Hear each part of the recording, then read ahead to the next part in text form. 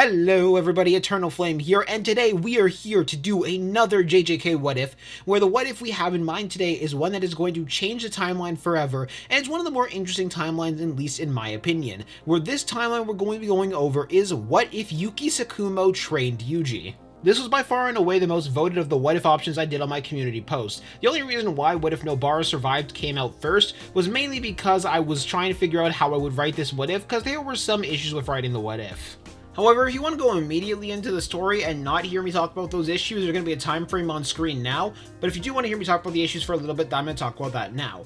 The main thing about this timeline that makes it so difficult to write it is the fact that there are like 3 separate spots you can actually put Yuki in to train Yuji that make the most amount of sense, at least in my opinion. The first spot that you can put Yuki in to train Yuji is basically when Yuji fakes his death for the first time after he fought against the Finger Bearer and Sukuna ripped out his heart. That makes a lot of sense, at least in my opinion, because Yuki would just hear about Yuji being the vessel for Sukuna and decide, hey, let me go check that out. The second point you can put Yuki into the timeline is after the battle with Mahito against Yuji and Nanami. Since Yuki was already searching for Mahito, her seeing interest in Yuji and deciding to train Yuji during that time in order to learn a lot more about Mahito makes a lot of sense in my opinion. Finally, you can put Yuki into the timeline after the Goodwill Festival, mainly because of Todo recommending Yuji to Yuki, and by far and away what I think is the most interesting timeline is option B. The reason why I'm not going with option A is mainly because Mahito dies in that arc if Yuki is there, and I don't really want to go into what if Mahito died early in this video, because that would basically be what this entire video ends up centering around, so I want to save that for another video of what if Mahito died early. I also think Yuki training Yuji earlier just makes a lot more of a fun timeline in comparison to if you were to place Yuki down later after the Goodwill Festival. However, now that I got that little thing out the way, we can actually begin our story proper, as our story begins with Yuji and Nanami returning to their little base section after they had finished taking out Mahito. Unfortunately for them, Mahito had managed to escape from them yet again. However, after Yuji and Nanami had their discussion, they heard a knock on the door, and when they answered the knock on the door, they would see someone who caught them both off guard, Nanami especially. This person was special grade sorcerer Yuki Tsukumo, the one special grade that wasn't active most of the time and just completely ignored what the higher-ups had to say usually. Nanami was very confused at why Yuki was here, but he came to 3 possible answers of why they could be here. The first answer was because of Mahito and the threat Mahito possessed. The second answer was because of the fact that the vessel of Ryo and Sukuna was also present here. The third answer was both of those answers were true at the same time. However, catching them even more off guard, Yuki proceeds to ask Yuji what his type was, and Yuki was actually very pleased by Yuji's answer, as it very much reminded her of her own student Aoi Todo. At the same time, Nanami chose to not call out the very obvious thing here. However, this was when Yuki actually explained something to Yuji which would be very helpful for them and tell them why she was here. She was actually here because she was searching for Mahito, mainly because she was able to hear how much of a danger Mahito was, but also that Mahito was a really good opportunity in learning a lot more about the soul, something that she had been researching for the better part of her life in her goal of creating a world without curse energy. After all, part of her felt that understanding how Mahito did things could possibly lead to a new understanding of the soul. While Mahito did things through a curse technique, she felt it would be possible maybe in the future with enough research to mimic what he did through a curse technique without one. She then explained to them why she wanted to create a world without curse energy, mainly because of how she wants to treat the world. While the higher-ups and Jujutsu sorcerers that already exist only treat the symptoms, Yuki Tsukumo is going for the source itself, going for curse energy. If curse energy could be completely removed, then cursed spirits would stop spawning as a whole. And Yuji asked if something like that was even possible. After all, if that was possible, they would have probably removed curse energy as a whole by now, at least by this point. However, that was when Yuki explained something that even ended up catching Sukuna off guard, who was listening this entire time. There was a human born in the past, the first of its kind, that was born without any curse energy. While several heavenly restrictions did exist, for example some that limited curse energy and some that limited physical strength in order to maximize curse energy, this was something completely new. There had never been a heavenly restriction once in history that completely removed curse energy from a person, which the existence of someone who had lost curse energy was something that actually intrigued Sukuna as he was curious to now fight that. After all, what must have been gained in exchange for losing all of their curse energy? What type of physical power and physical abilities would this person have access to? This now excited Sukuna. However, he ended up becoming disappointed when he heard that that person was already dead, and that he was eliminated when Gojo was in his 2nd year. However, Sukuna figured that if Gojo in his 2nd year was able to eliminate them, they wouldn't have been that much entertaining for him anyways. This though was when Yuki actually made an offer to Yuji, and it was a pretty simple offer. The offer was to train Yuji Itadori. After all, she could tell that Yuji was still struggling with his curse energy control, and she felt that if she were to train him, she could make Yuji into a different beast entirely. Considering how successful she was with Todo's training, she felt she could definitely do it with someone like Yuji. Furthermore, it would also give her more of a chance to study the King of Curses and how his soul worked. After all, the King of Curses also had a very interesting soul, considering they were able to split their soul apart into 20 pieces, which were the 20 fingers, and those 20 fingers were immortal, things that would be very, very useful for her soul research. However, this was when Yuki made an offer to Yuji, which that offer was to train up Yuji and make him stronger. She felt that it was extremely likely that Yuji and Mahito were going to end up meeting with each other again. She also could see that Yuji was very, very desperate to learn how to get stronger, mainly because he never wanted to rely on Sukuna's power again, like he almost did in the Junpei battle, and like he did do when he was in the detention center. He wanted to never rely on such a power again, and Yuki could see that in him, so she decided why not, she could have fun with training Yuji. Nanami also recommended for Yuji to train under Yuki as well, mainly because he knew exactly how successful Yuki was as a teacher. After all, Aoi Todo, one of the grade 1 sorcerers who had been able to take on 5 grade 1 spirits, as well as 1 special grade spirit completely on their own with their technique, was strong because he was trained by Yuki. Yuji also became curious in that moment to hear who this Aoi Todo person was, but he felt he'd probably meet him later. However, for Nanami's recommendation and Yuki offering, Yuji decided to take up that invitation. After all, he was very curious to see what training under a special grade would be like. And for the next few weeks, Yuki would end up training Yuji, and I think this is going to be a much more massive buff for Yuji, and I think a lot of people even realize this would actually be. After all, when Todo and Yuji trained with each other, Todo ended up making Yuji get stronger on 2 separate times during their little sparring session they had with each other before they even battled against Hanami. This was done because Todo was trying to explain to Yuji about how to flow his curse energy properly, where the first time he ended up just making his curse energy flow faster. However, this also was enough for Todo to say that Yuji was a completely different person in comparison to what he was a moment before. And then Todo finally got Yuji to explain how to flow his curse energy properly, which made Yuji even stronger than he was than that, strong enough that Todo decided to stop holding back against him. Basically, Yuki is going to figure out how to do that for Yuji as fast, if not even faster, because of her experience in terms of curse energy, and then she's going to have extra weeks to train him. So that's going to go really crazy. Now, I'm going to say for the sake of this timeline, Yuji did not land a Black Flash while Yuki and Yuji were training.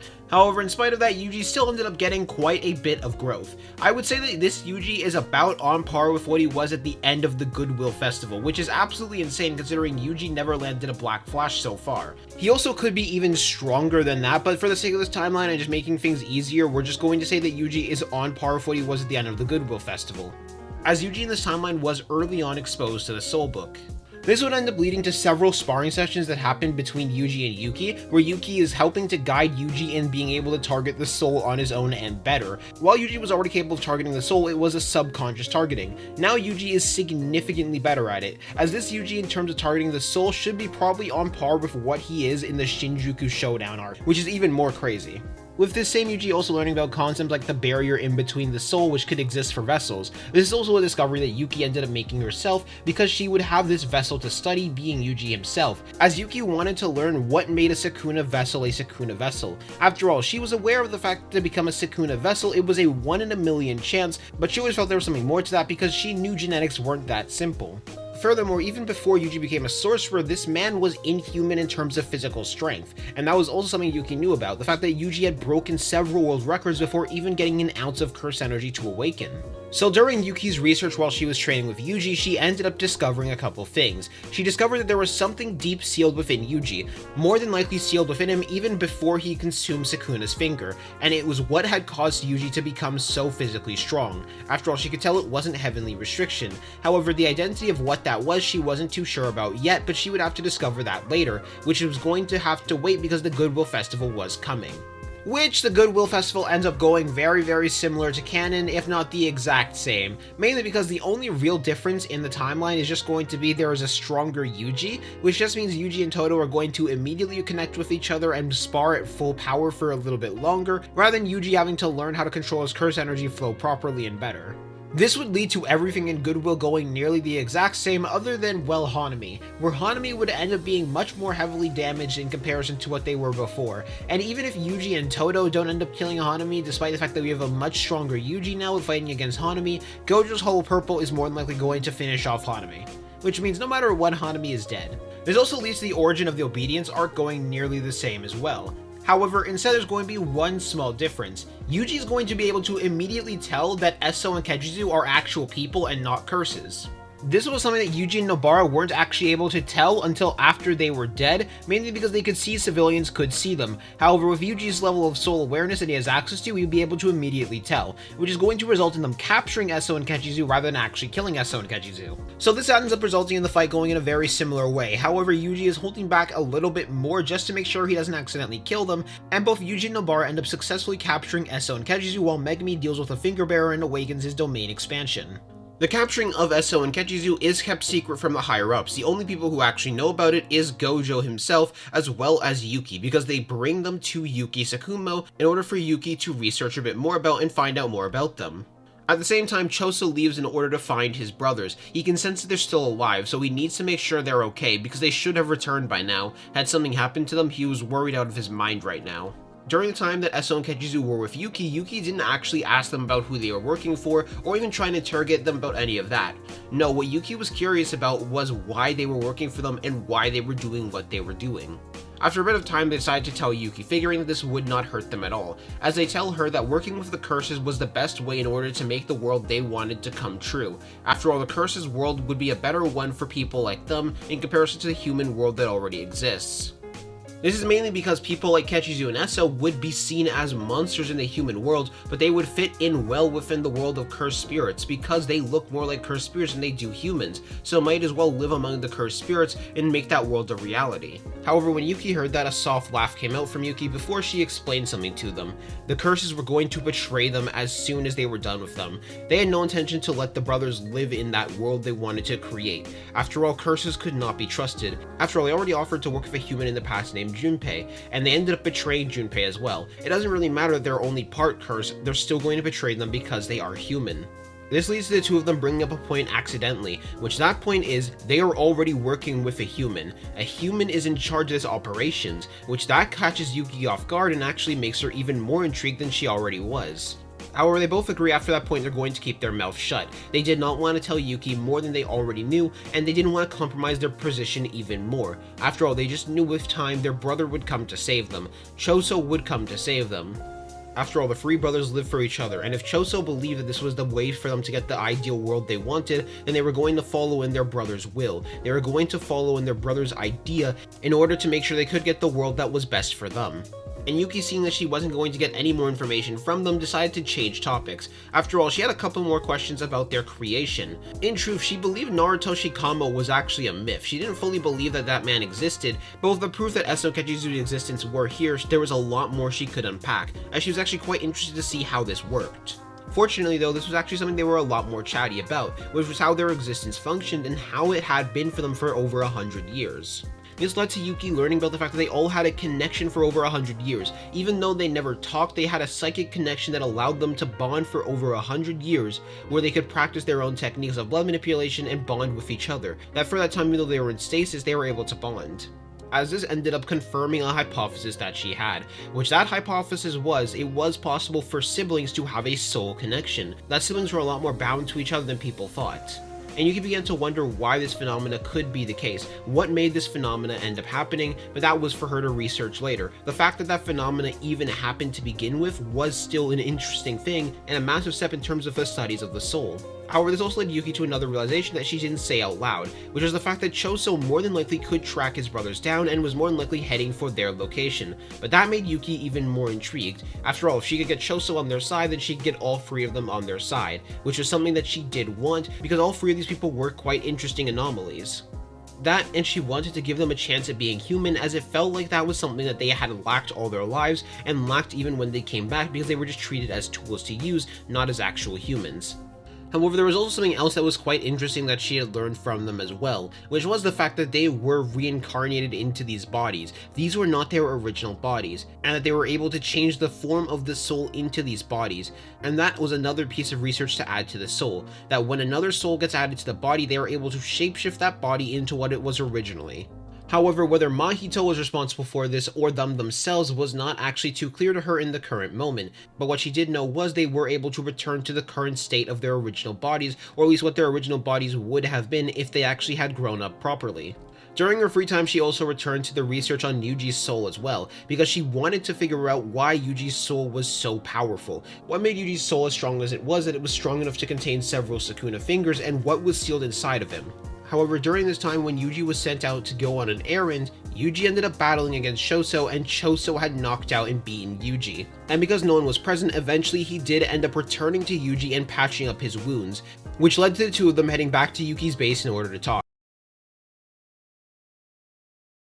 After Choso defeated Yuji and the two talked for a bit, Yuji decided to lead Choso back to Yuki's base. He didn't see Choso as much of a threat. After all, Choso, if he wanted to, could have killed Yuji. Sure, he was still a bit confused about all of this, understandably so. The guy who just almost killed him called him his brother. Granted, this was the second time this happened, so maybe this was just kinda his fate?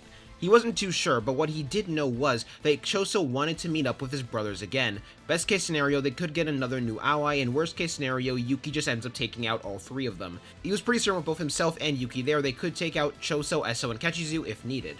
And at first there was some clear hostility between all of them. After all, Choso was very heavily worried for his brothers, but Eso and Kechizu explained that Yuki never hurt them or even touched them once. This led to the discovery that Yuji was the same sibling as Eso and Kechizu, which caught Yuki's eye, as she asked them if that meant Yuji had relation to Narutoshi Kamo. However, this did lead to a confused Yuji asking who Narutoshi Kamo was. After all, he was still rather new to the Jujutsu world, so he had no idea who this evil sorcerer actually was, and Choso nodded at the same time before Choso explained to Yuji who Narutoshi Kamo was. The most evil sorcerer in all of history. A man who had experimented on a baby that was the combination of a human and a cursed spirit, resulting in the creation of us, the Death Paintings.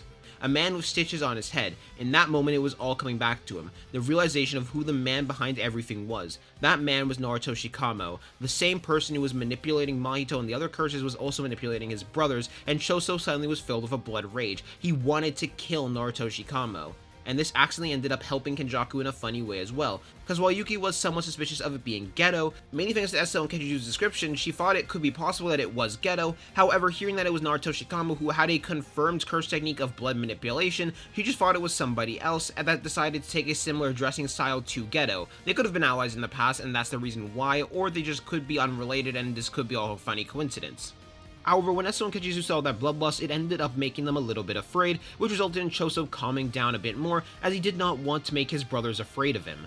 And when things began to calm down, Eso and Kechizu looked over to Choso. They wanted Choso's judgment. After all, they were following Choso and what Choso thought was best, since Choso had what was best in mind for all of them, and they wanted to see if they would work with Yuki, or go back to Kenjaku and take Yuji with them. However, even right now, it was pretty clear Choso was conflicted with all of the knowledge he had. After all, there were two sides he could take. Either he could take the side of Kenjaku, someone he knew was obviously manipulating him, but had a better world for him in mind, while at the same time he could take the side of Yuji, someone who was trying to help humans, which was not a world fit for his brothers.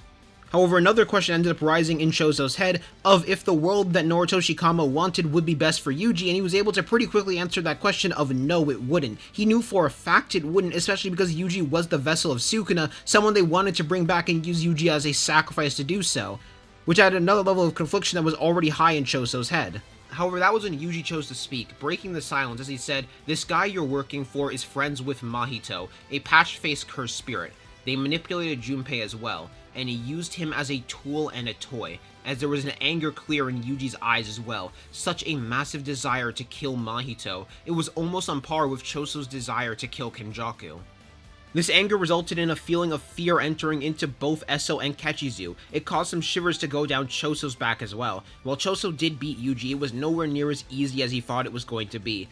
On top of that, this rage that Yuji felt for Mahito wasn't present against Choso, and he could feel the curse energy erupting from it. It was a source of power for Yuji, one that he was learning to control more and more. Yuji truly was a terrifying sorcerer, and one with a terrifying amount of potential, which he was thankful was not against him. However, all three of them did get the message, which was something similar to what Yuki told Eso and Kechizu. These people were not to be trusted and would throw them to the side the moment they had a chance and the moment that they were no longer useful.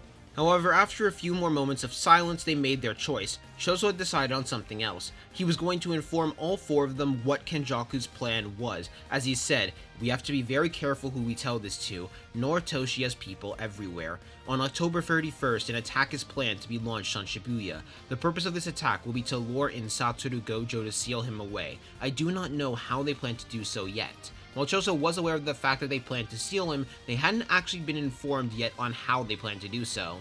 But fortunately for them, they had time to plan, a total of 1 to 2 months before the Shibuya incident would even begin. This was also when Yuki called in a longtime ally of hers, Todo, in order to bring him over to help him with planning. They were pretty certain they could trust Todo with this. However, other students they weren't as sure about. They also decided not to tell Gojo at least until later. Unfortunately, Choso did end up having to return to Kenjaku, mainly because they didn't want Kenjaku or the others to be suspicious yet. However, he did also end up bringing Kechizu and Essa with them as well, mainly to show that it was a success. However, after the siblings left, Yuki punched both of her fists together as she told Yuji and Todo that she was going to train both of them to hell and back during these 2 months.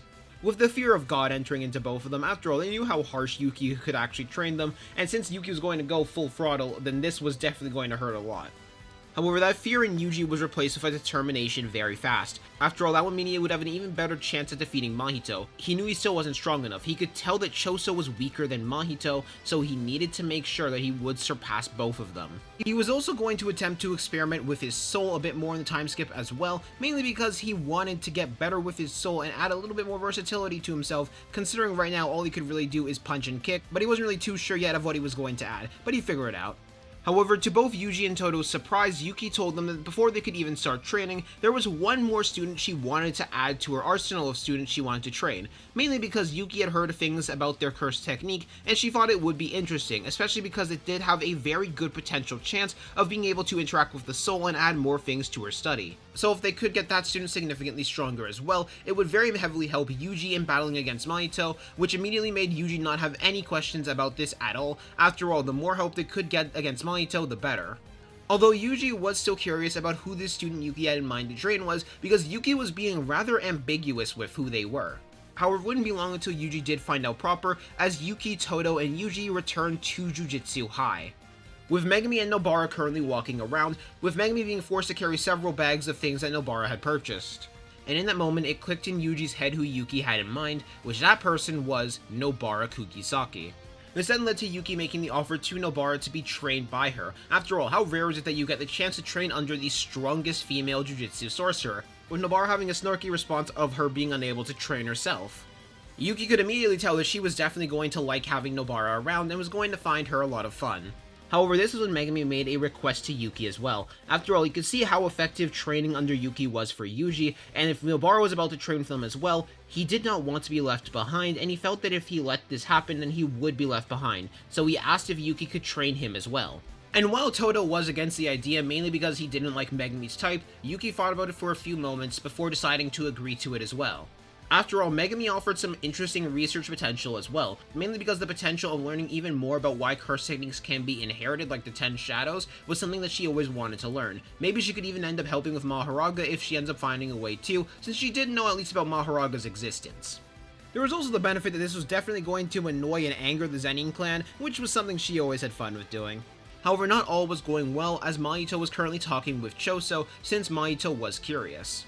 After all, Mahito had learned that Choso and Yuji had battled against each other, and Choso got pretty close to death in their encounter, which means he wanted to learn more about how Yuji thought, just so he could be prepared for when he was going to fight him again. And that was true. While Choso could have lied and said that Yuji caught him off guard, he didn't want to do that. He didn't want to risk potentially getting caught, so he told Mahito effectively how the battle went down, and how Choso had to risk his life heavily in order to beat him. While the other Curse Spirits thought they were wildly above Choso and that Yuji would never have a chance to catch up to them, Mahito knew better. Mahito knew that Yuji was a natural predator for him, and knew that Yuji would only be growing stronger and stronger because Yuji somehow found a way to live. This led to a decision from Mahito for him to be extra experimental with his curse technique during the 1 to 2 month time gap in order for him to be prepared for when he was going to encounter Yuji, because he could feel it. He could almost sense it that they were going to encounter each other and fight again in Shibuya. However, Mahito was also rather excited for this too. He was going to make sure Yuji hurt, and he was going to make sure all of that training he did to kill him, since he could know for a fact that that was what Yuji was after, was going to be for nothing, and he was going to enjoy every single second of that.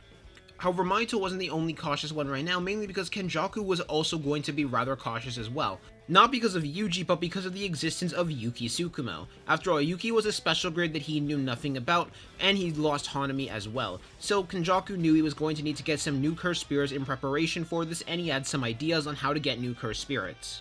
However, now we return back to Yuki and the others, and during this time of training, Yuki felt that she was getting closer and closer to unlocking it for Yuji's hidden potential and latent power. After all, there was still something hidden deep dormant within Yuji, and she was getting closer and closer to unlocking it, but it was rather difficult. However, Yuki felt that she was on the cusp of unlocking it. It would just take Yuji landing maybe one more Black Flash, one proper Black Flash against an opponent, and he would be able to unlock it. However, unfortunately though, during the 2 months of training, Yuji was not able to land a Black Flash again. After all, no one can land a Black Flash at will. So now let's go over how strong all 4 of the characters got over the 2-month time skip. We're going to start with the weakest and then go to the strongest. With Nobara still being the weakest, but she definitely got a massive buff from the time skip itself and got much stronger. Nobara would be around the same level that Yuji was when they fought against Choso. However, Nobara would currently probably beat that Yuji pretty badly thanks to her range advantages, but she is on that level as a sorcerer. In other words, Nobara is currently around the mid-end ranges of a grade 1 sorcerer. Up next is Aoi Todo, who Aoi Todo is going to go into this a little bit stronger than he would be in canon. He's about the same level of strength he was when he landed the Black Flash on Mahito, if not a little bit stronger thanks to having a total of 4 sparring partners to train with. This is another thing that should be noted. Todo is by far and away the most used to Yuki's training because he was directly trained by Yuki for a pretty long while, so while I do think the other 3 have a lot more potential to grow, I do also think that Todo is a bit more limited in comparison. However, Todo still ended up getting quite a bit stronger from all of this as well. Now up next is Yuji, who Yuji also got quite a bit stronger from all of this. He is even stronger than when he fought against Mahito and landed all of the Black Flashes at the end of the fight. His power level would be a bit stronger than his Culling Games variant, however he is still much weaker than 214 Yuji for example, which is still a rather massive leap for Yuji in terms of curse energy reinforcement and physical strength. Now it should be noted, Yuji is physically still stronger than Megumi, however, Megumi is going to be a stronger and more versatile sorcerer thanks to what he is going to have access to. Megumi's base stats will be around the same level Yuji was right in the start of the battle against Mahito in Shibuya, not at the time that Yuji landed the Black Flash, but before then. However, what is more crazy is in this timeline, Megumi has tamed a few more of his Shikigami, as he now has access to Tranquil Deer as well as Piercing Ox. So while in a pure brawl, Yuji would end up beating Megumi as well as in most head-on fights, in normal fights where the 2 of them are fighting tactically, Megumi would end up winning. However, the 2 of them are rather close in terms of level. And now we finally get into the start of Shibuya. However, in this timeline, rather than Choso being sent directly to help with Kenjaku, Kenjaku has Choso be on guard duty instead. After all, Kenjaku had quite a bit of cursed spirits that he had gained access to, and he was going to send them out instead of sending out Choso, since he felt Choso would be more useful, especially because Choso still had the potential to grow. Choso was not really happy about this, mainly because he did come up with a plan on how to help out Gojo right before he could get sealed, but there wasn't really much he could do as he didn't want to tip off Kenjaku that he wasn't on their side. However, this does end up with a very similar result yet again, of Gojo ending up being sealed. However, he does end up taking out a few of Kenjaku's special grade cursed spirits with him. However, now there were some unpredictable circumstances that were going to happen. Not just were there stronger sorcerers around, but Yuki Tsukumo was also around. As Jogo now found it even more important to make sure that Yuji was turned into Sukuna. They needed to make sure that they had Sukuna on their side, as currently Sukuna was the only way they really could think of on how to take out Yuki safely. After all, they couldn't send out Kenjaku to fight against Yuki, mainly because Kenjaku was stuck with the prison realm, as Kenjaku began to release some of his cursed spirits, and all of the cursed spirits began to move throughout Shibuya, in order to cause as much chaos as possible, and to make sure the sorcerers would be distracted for as long as possible so that none of them would get to Kenjaku. Hello everybody, I'm Eternal Flame here, and welcome to part 3 of What If Yuki Trained Yuji, the Shibuya Incident. And we begin with the news being revealed to everybody that Gojo Satoru has been sealed. Now, our teams are actually going to be looking a little bit different. This is for 2 very important reasons, being that both Todo and Yuki are present in Shibuya, with Yuki and Todo coming much earlier, mainly because they were actually aware of the fact that Shibuya was going to happen. So we're just going to assume that Todo was assigned to stay with Yuji, while at the same time Yuki had went off on her own, mainly because there wasn't really a single team that she could actually work with here present, because everybody else would just get in her way, since she was by far and away the strongest one here, behind Gojo of course. Which leads into Yuji fighting the Grasshopper Curse, and that fight goes basically the same other than Yuji doing a bit better. I actually don't see Todo interfering with this fight at all, mainly wanting to use this fight as an opportunity to test Yuji's abilities. I also still see Yuji climbing on top of a rooftop and yelling to everybody that Gojo had been sealed. but now let's get into a bit of differences in the Shibuya incident. Number 1, Navarro in this timeline is more than strong enough to beat Haruta on her own, so Nanami does not need to come in to save her. In fact, Navarro is actually stronger than Nanami thanks to Yuki's training, which leads into Nanami deciding to bring her along with him into the subway in order to back up both Nobito and Maki. Meanwhile, back on the surface, instead of Yuji and Megumi fighting against Awasaka, it's going to be Yuji and Todo fighting against the inverse guy. And the two of them deal with Awasaka significantly easier than Megumi and Yuji did.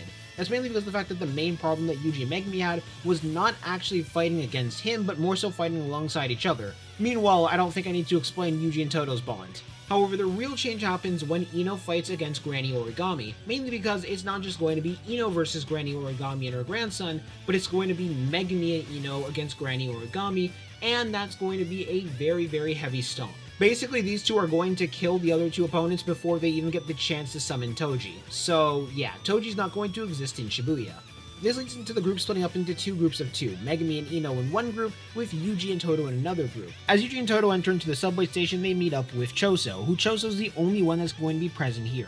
Mainly because of the fact that Eso and Kechizu aren't really strong enough to be present in Shibuya. Against someone like Maito, Geto, or Jogo, they wouldn't be that much help, so because of Choso's advice, they were forced to sit this one out as soon as Gojo had finished being sealed. Which leads into the 3 of them going deeper into the subway, and now some of you guys might be wondering, what is Yuki doing right now? Well, we're going to focus on her. Yuki had primarily been focusing on dealing with a bunch of transfigured humans that were littered all throughout Shibuya. As a result of Yuki being there, it actually resulted in a lot of them being dealt, thanks to her working mainly alongside Inumaki. However, she eventually ended up deciding that she would likely be better helping inside the subway station rather than on the outside, and they could likely handle all the transfigured humans on the surface. So as Yuki enters into the subway station, she ends up eventually spotting someone, a very, very strong curse energy signature that she could sense, and that strong curse energy signature was Jogo. And she could tell right off the bat that no one here was prepared to deal with Jogo and no one could handle him. While of course she was somewhat confident that if all of her students teamed up together they would have a pretty good chance against Jogo, she wasn't willing to risk that yet. So instead she was going to handle Jogo herself. And as Jogo was approaching the location of Dagon in order to back them up, suddenly something was launched at Jogo that he was just barely able to sense on time, that being Garuda. And thanks that he was narrowly able to move out the way and avoid the strike, using his fire in order to move himself faster.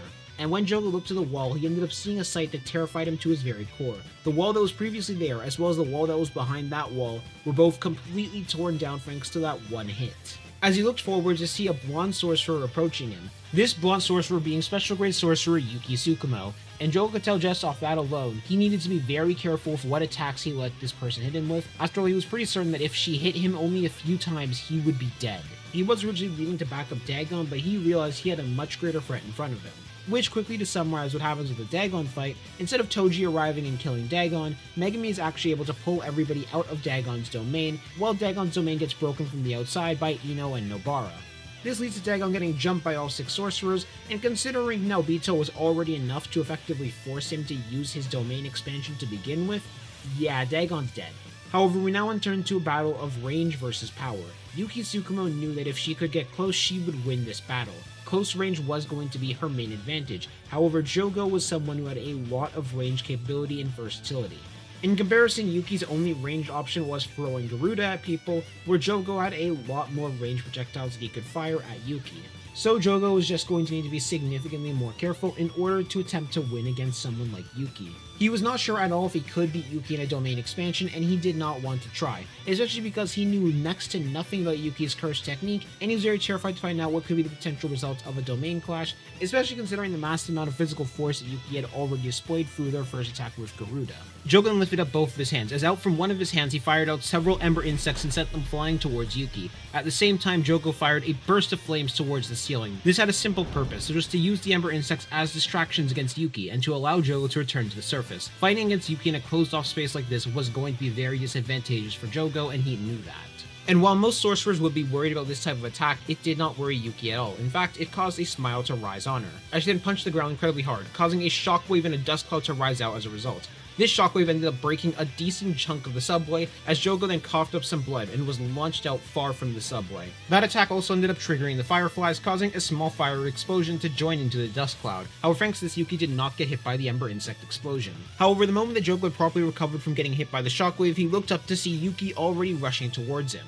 Part of Jogo had to question in that moment if all special grade sorcerers were just this crazy. After all, he already knew Gojo was somewhat insane, and now he could see that same insanity that he felt in Gojo inside of Yuki as well. So in an attempt to make some more distance, he began to rapid-fire bursts of magma towards Yuki's direction while trying to continue to jump away. As Yuki surrounded her fists in cursed energy, focusing more cursed energy around it than usual. This was an attempt to counter the magma attack and not let the magma actually hit her body, but instead the cursed energy around her fists, allowing her to punch away each of the bursts of magma.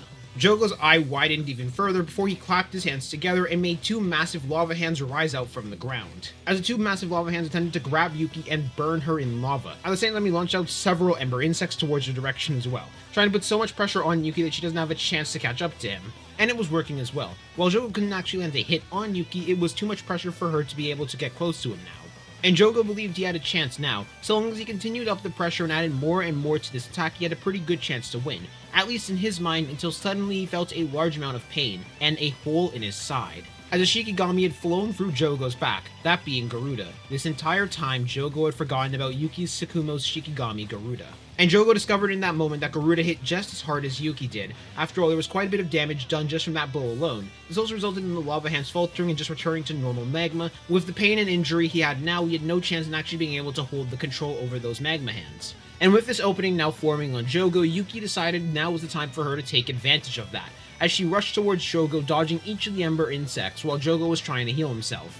As Yuki landed a punch on his other side, completely tearing through Jogo, but she wasn't done yet, as she grabbed his head and threw him hard into the ground, making a large crater. Finishing this combo off by rocketing towards Jogo and stomping on his head, destroying Jogo's body completely and killing him with that final move. We now return back to a group of 6 sorcerers, being Nanami, Megumi, Ino, Nobito, Nobara, and Maki, as they are now figuring out what to do next, especially because they could sense that battle going on and they could sense that Jogo was now dead. They all had to admit they were very thankful that Yuki was on their side and not an enemy. However, this led to some members of the group debating on whether they should sit this battle out or go to back up Yuji, Choso, and Todo against Mahito. And the members of the group that were forced to sit out were Nobito, Nanami, and Maki, and they all had their own reasons for why they were forced to. Nobito and Nanami were a bit too injured by this point. Now, Nanami wasn't as injured as Nobito, who Nobito was currently missing an arm, but the both of them were rather injured by this point. And while Maki was barely injured, it was more so Maki having to realize that she would be more of a hindrance than a help right now, especially against someone like Mahito. Considering even when Dagon didn't have his domain active, Maki was getting destroyed and needed Nanami and Nobito to save her. Maki absolutely hated this. She felt like an absolute burden, but at the same time she knew it was necessary, or else she would just get in the way of everyone and be more of a hindrance than a help. Ino decided that he was going to help escort the 3 of them to go back, and he was going to back up Nobara and Megumi after. This is mainly because Ino was the weakest out of the 3 of them, so he figured his assistance would be better escorting the injured sorcerers out rather than as joining Megumi and Nobara in the fight. The reason Megumi and Nobara were important is because Megumi could counter any domain from Mahito through his own domain, and Nobara could likely hit his own soul. As we finally return to Choso, Yuji, and Todo, where the 3 of them enter into the deeper layers of the subway, eventually finding Mahito as well as a large group of transfigured humans. And just upon laying sight on Mahito, a rage began to fill Yuji. However, this wasn't one that was overwhelming with power, no. A calm rage like an ocean that was going to consume anything that got in its way without mercy. Thanks to all of the training that he had went through, especially with the help of Yuki, he had reached the point where he wouldn't be consumed by rage that easily. As that rage began to bubble into curse energy around Yuji, Yuji was turning those negative emotions into curse energy, but it wasn't flaring out, it was controlled. As Mahito was about to comment on the fact that Choso had betrayed them like he had expected, but before he could even finish that sentence, a clap could be heard, as Yuji's position was swapped with one of the transfigured humans that were standing next to Mahito, with Todo firing out a piercing blood right through that transfigured human's head, as at the same time Yuji landed a hard punch on Mahito's gut. And not just was this a hard punch, it was a hard punch that sent Mahito flying as he coughed up a lot of blood, before he made impact with the wall, causing the entire wall to break. Mahito had to wonder for a moment how. How did Yuji get this much stronger? The difference between them was the reason for why both Yuji and Mahito got stronger. Mahito got stronger out of a pure desire to make sure Yuji was going to suffer. That was the only reason. After all, Mahito already felt that he was stronger than Choso, the person he knew beat Yuji beforehand, so he believed if he just trained a bit more and widened the gap a bit more, then he was going to be able to beat Yuji since Yuji lost to Choso. Mahito did not train out of a need to get stronger because of some stronger threat that existed, nor did he get stronger because Yuji embarrassed them in their first fight. The only reason that Mahito had gotten stronger was to make sure that Yuji was suffering more and more, and because he already knew he was stronger than him, he didn't feel much of a need to get stronger. A hate and a desire to avenge those that Mahito had transfigured, Junpei as well as several other random people, including the hundreds that he had transfigured in Shibuya, Shibuya. But more than that, he had people around him that were able to help him control that rage and focus it. Instead of it being an overwhelming force, it was one that Yuji could control. And Mahito didn't even have a chance to send the other transfigured humans after Yuji. After all, both Todo and Choso were taking care of them, so Yuji could handle Mahito. As Yuji then picked Mahito up by the hair and punched him in the gut again and again, making him vomit up several of the transfigured humans. And when Mahito tried to punch him, Yuji caught that punch, before Mahito attempted to separate his body, making several smaller versions of Mahito in order to move himself out the way. However, Yuji was able to see which was the true Mahito immediately and punch that one into the ground. A simple trick like that was not going to work on Yuji now. Not this Yuji with such great detail of the soul thanks to Yuki's soul book and soul research, as well as his own experience. As Yuji then gave a cold stare to Mahito, one that was filled with anger and hatred for Mahito, but also acknowledgement. Yuji hated Mahito to his guts, but at that same time he was also acknowledging the fact that Mahito was ultimately a curse at the end of the day. This was in Mahito's nature, to be this vile, to be this corrupt and this chaotic, and kill people without a second thought. Just as it was in Yuji's nature to eliminate curses like Mahito without any hesitation whatsoever. That was the purpose of a Jujutsu sorcerer, to eliminate curses that possess a threat to humanity inside this ever-turning cycle. As Yuji then told Mahito that every time he reincarnates, every time he comes back to life, Yuji is going to find him, and he's going to put him down, over and over and over again, until they find a way to make a world without cursed spirits. Yuji believed in Yuki's dream, and if Yuki wouldn't be able to succeed in that dream, then Yuji was going to carry it on. Yuji was going to make sure that world without cursed spirits and that dream would become a reality. Whether it was through removing cursed energy from everybody or making everybody a sorcerer or something in between, he would find a way to make that dream real. As Mahito began to shake, staring at Yuji like a wounded rabid animal that is trying to find some way out to escape from their prey. As Mahito began to focus, he refused to let this be the end. He refused to die to Yuji. As a large amount of flesh burst out from Mahito, pushing Yuji, Choso, and Todo away, as well as destroying the roof of the subway. Mahito knew a domain expansion would be useless right now. After all, while it might eliminate Todo and Choso, that might just end up making Yuji angrier at him and even more powerful. Right now, he couldn't afford that happening to him. As Mahito entered into a form similar to that of his true form, but it had cracks all over his body, it was relatively unstable. Mahito had believed in that moment he had grasped his soul. Through death and inspiration, he was able to achieve this form. However, that was not what happened. Mahito had only understood a portion of his soul, a portion of his true form, which ended up making a sloppier version of the true form. And despite this power being on display, despite Choso and Todo being a bit worried about it, Yuji was not. And that confused Mahito. He thought that Yuji would surely be terrified, or at least a little bit, but he wasn't, and he couldn't help but question why. Before he noticed something present in Yuji that wasn't there before, and that terrified him to his bone because it reminded him of one person, Sukuna, as he could see a ring forming in Yuji's eye. One of the 3 rings that were present in Sukuna's eyes, as a red curse energy emanated off of Yuji's body, different from his normal blue one. Thanks to Yuki helping out with Yuji's understanding of his soul, Yuji was able to access a power very dormant within him. Suppressed power that Yuji was born with due to being born with one of Sukuna's fingers, being grown to be the perfect vessel of Sukuna. As Yuji focused curse energy towards his fist before closing the distance between himself and Mahito, as he landed a black flash on Mahito's chest, shattering this transformation entirely in one blow. At that same time, 2 other people were arriving, that being Nobara as well as Megumi. This was bad. This was really bad, as Mahito was able to see that he was going to die in this moment. There was nothing he could do. As suddenly a large wave of cursed spirits were launched towards all of the students, thousands of relatively weak cursed spirits. But at that same time, a cursed spirit rose out from the ground and consumed Mahito in order to bring Mahito back to Kenjaku. Fortunately for them, at a similar time, Yuki Tsukumo also ended up arriving in order to help deal with the cursed spirits, as Kenjaku then used cursed spirit manipulation on Mahito in order to absorb him. While Mahito had not evolved enough, he could always just sacrifice more cursed spirits to amplify the technique, as well as just use binding vows, or just use more of his curse energy in order to activate the culling games. And while he was tempted to go to the surface, he knew right now that was far too risky of a move, especially because the prison realm did need a bit more time. Which was why Kenjaku decided to make a choice in order to distract everybody from himself, which was to activate the culling games early. As suddenly 10 million cursed spirits were released onto the surface in order to form the barriers for the culling games, which gave the cast a choice, whether to go after Kenjaku to try and free Gojo, or to go and help as many people as they can from these massive amounts of curses. Hello everyone, I'm Eternal Flame here, and welcome back to What If Yuki Trained Yuji, where last time on the last part, Mahito had been defeated and absorbed by Kenjaku, Jogo was killed by Yuki, and Gojo was ultimately sealed away, with Dagon being defeated by the group of 6 sorcerers, those 6 sorcerers being Naobito, Nanami, Ino, Maki, Nobara, and Megumi. And finally, Yuji utilizing his hidden power that he was born with due to being born with one of the fingers of Sukuna, thanks to the help of Yuki as well as Mahito enraging him enough to actually push him into using this power.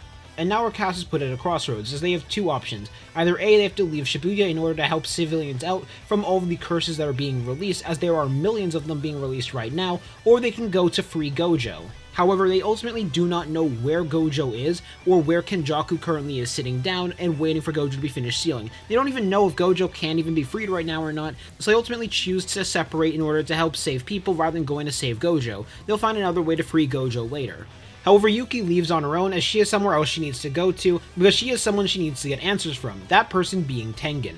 After all, if someone would be able to get answers on how to free Gojo and how to save them, it would be them. So Yuki leaves and tells Choso that she's going to pick up Esso and Kechizu on the way, so no need to worry about them. Furthermore, with Gojo sealed, this leads into the higher-ups announcing the same announcement they made before, with Yuta Akotsu being appointed as Yuji's executioner. However, Yuta doesn't have anywhere near as good an alibi in comparison to what he would have before, because Sukuna never cut off Inumaki's arm in this, so he's not exactly going to have as good an alibi, and it just forces him to make a binding vow, which is going to happen either way.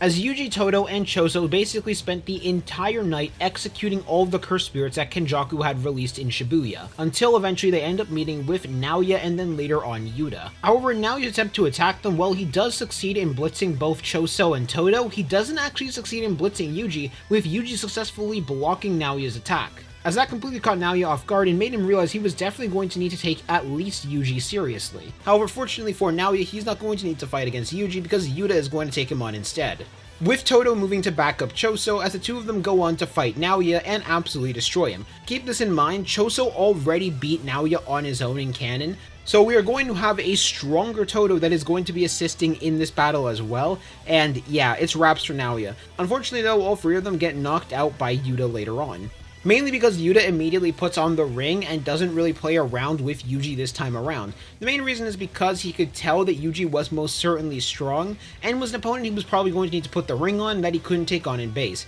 After all, while Yuji wasn't as strong as his Chapter 214 counterpart, he was significantly stronger than his Culling Games variation at this current point in time. And while Yuta was somewhat confident he could handle that power level in base form, he didn't really want to risk it and just wanted to get this out the way as fast as possible. After all, he didn't really see any enjoyment in fighting. This leads into Yuji being brought back to the Tomb of the Star with Choso as well as Todo. Megumi doesn't need to give Yuji a pep talk in this timeline, so the two of them are doing pretty good. However, Megumi does tell Yuji that Tsumaki was ensnared in the Culling Games, and that she was currently in one of the barriers, so he was going to need his help in order to free his sister, as they were reunited with several of their friends, those friends of course being Yuki, Nobara, Maki, as well as Esso and Kechizu, and Nanami, who was wearing an eye patch over his missing eye and had some bandages on him. After the discussion, it resulted in the group having to split up, with Esso, Kechizu, and Choso as well as Todo choosing to stay behind with Yuki in order to defend against Kenjaku. Meanwhile, Yuji, Megumi, and Nobara decided they were going to go to the Tokyo colonies in order to see if they could find the people who they were looking for, those people being Higuruma, the Angel, as well as Kashimo, in an attempt to get their points, as well as an attempt to get their ally on their side, that being Hikari. Yuta already left in order to find the Sendai colony, which goes the exact same way as it does in canon. The Zenin clan massacre also ends up going the same way, so Maki does end up awakening.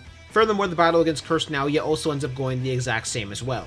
Now, they are actually able to recruit Hikari without any difficulty in this timeline, mainly because of the fact that Yuji didn't really fight back against Hikari in canon, he more so just took his hits in his attempt to get Hikari onto their side. So the same is going to happen here, but it's just going to result in Yuji taking significantly less damage from Hikari's hits. Similar to canon, Nobara, Megumi, as well as Yuji end up getting separated from each other. However, in this timeline, I am going to say that Nobara actually ends up finding Hana. Nobara doesn't actually try to go for violence against Hana, mainly because they are trying to get her on their side, so she explains the situation, and the second that she mentions Megumi, she actually ends up getting Hana on their side pretty easily as well. Or at least Hana more open to the idea of having negotiations with them, which ends up going pretty well for them. This also leads into Megumi absolutely destroying Regi's group, mainly because of the fact that we just have a stronger Megumi here. And considering Megumi in canon already beat them in an extremely difficult fight, now we have a Megumi who has a few more Shikigami as well as a domain expansion and is even stronger than he was before thanks to going through Yuki's training. Yeah, he's absolutely going to destroy Regi's group.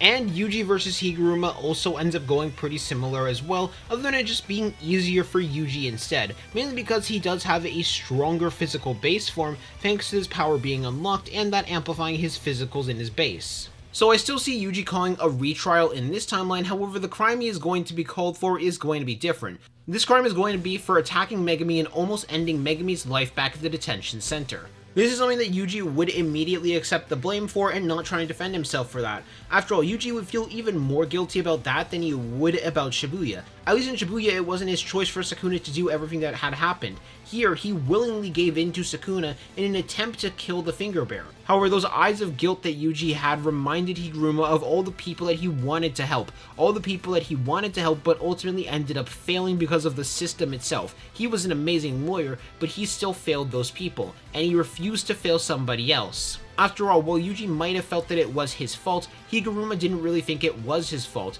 He knew from the evidence that there was no other option other than to give it to Sukuna or else they would have died. It was a do or die situation, and he picked the option that would result in them not dying. He had no idea that this would be the consequence of doing such a thing. Plus, most of all, it wasn't like he willingly chose to attack Megami.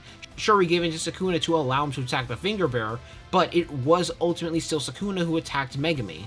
Which leads into Higuruma being defeated once more and joining the good guys' side. However, now we return back to the other side of our cast, Yuki, Choso, Eso, Kechizu, and Todo, as they're all preparing in order to deal with Kenjaku for when he inevitably arrives. Noticeably though, all 5 of them were already rather close with each other and prepared to do this.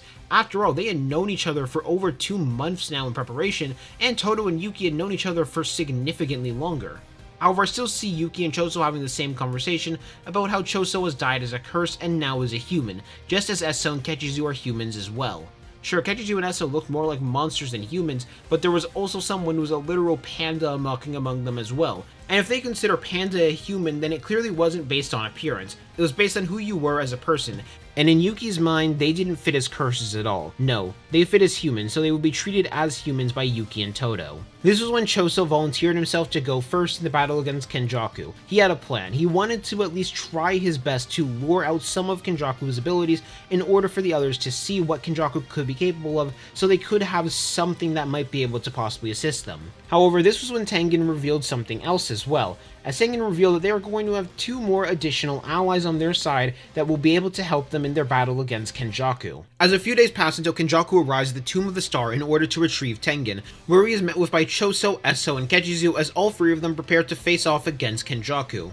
The Free's goal is rather simple, and that is to reveal something about Kenjaku's arsenal in an attempt to give Yuki as best of a chance as possible. This also leads into the conversation between Kenjaku and his brothers going the exact same, with Choso questioning why he wants Yuji and why Yuji is so important to Kenjaku, and Kenjaku giving the entire explanation about what his plan is and why he's doing everything that he is doing.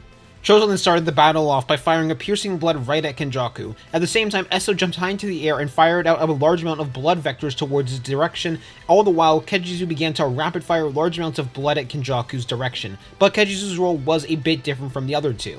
At the same time, in the area where Todo and Yuki were watching this from, a picture of Kenjaku was taken, as the 2 people who had joined their side was Nanako and Mimiko. Sukuna had never executed them in this timeline, so they decided they were going to join sides with Tengen in an attempt to finally kill Kenjaku. Kenjaku was dodging several of the blood vectors with relative ease, as he sent out several curse spears both towards Eso as well as Kechizu's direction, with the 2 of them not being fast enough to keep up and being slammed into the wall, as Kenjaku himself decided he was going to take Choso on in hand-to-hand combat, as he avoided another one of Choso's piercing bloods before punching him in the gut and then sweeping him by the foot. As Kenjaku asked Choso if he knew what the definition of a special grade sorcerer was, which that definition was someone who could single-handedly overthrow a country. He had expected that every single one of the death paintings would be capable of overthrowing a country, of achieving this special grade level, however none of them were as impressive as he hoped they would be. None of these combinations of curses and humans were anywhere near as good as he thought, as he stepped on Choso's head.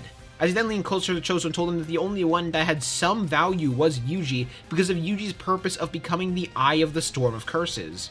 As Kechizu then opened his mouth and fired out a large burst of blood right towards Kenjaku's direction, trying to protect his brother and get him away from him. However, Kenjaku released another curse spear in order to shield himself taking the blow. He didn't even have to move in order to handle this, and he told Choso that all 3 of them were absolute disappointments. Maybe if they just fulfilled their role and died in peace, then he wouldn't have to look down on such disappointments. Now, it was one thing for Choso himself to be insulted, that he could accept, but there was one thing he would never accept, which was his brothers being insulted, his brothers being called disappointments and wastes. He could never accept them being talked about like this.